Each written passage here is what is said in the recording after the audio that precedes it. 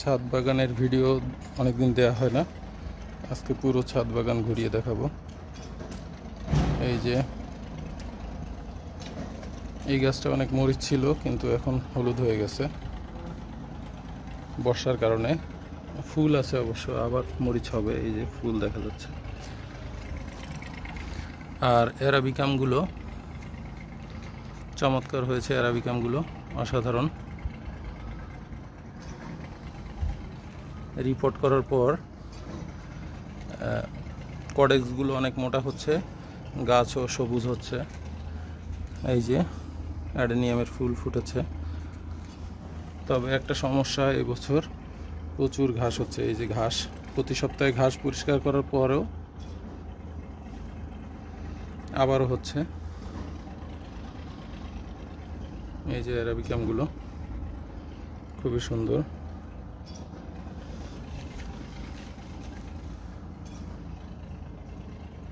এই অ্যারাবিকামটায় ফুল ফুটেছে। আসলে এই যে অ্যারাবিকাম, কাটা মুকুট, কাঠগোলাপ, এইগুলো মোটেও পানি সহ্য করতে পারে না। এবং এর মিডিয়াটা মানে মাটিটা এমনভাবে তৈরি করতে হয় যেন কোনো পানি না জমে। আর বর্ষাকালে এই গাছগুলো যদি শেডের নিচে রাখা যায় তাহলে সবচেয়ে ভালো হয়।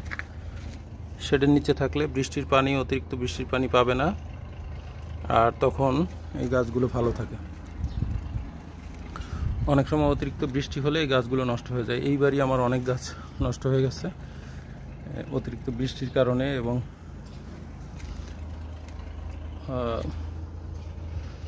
এরকম প্রতি বছরই নষ্ট হয়, শেড না থাকলে অনেক গাছ নষ্ট হয়ে যায়।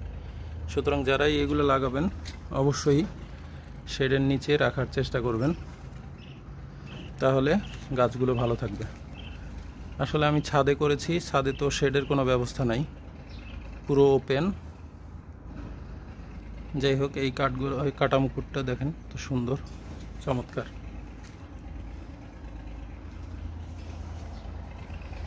আর এখানে কাঠগোলাপ আছে, কাঠগোলাপের সব ফুল ঝরে গেছে, অল্প কয়েকটা আছে এখন।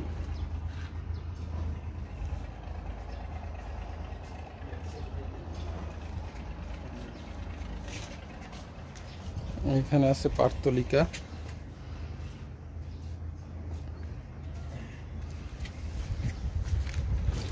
এখানে আছে বেলি। আর এই পার্থলিকাটা চমৎকার ফুটেছে, অসাধারণ লাগছে দেখতে, মাশাআল্লাহ। এইখানে আছে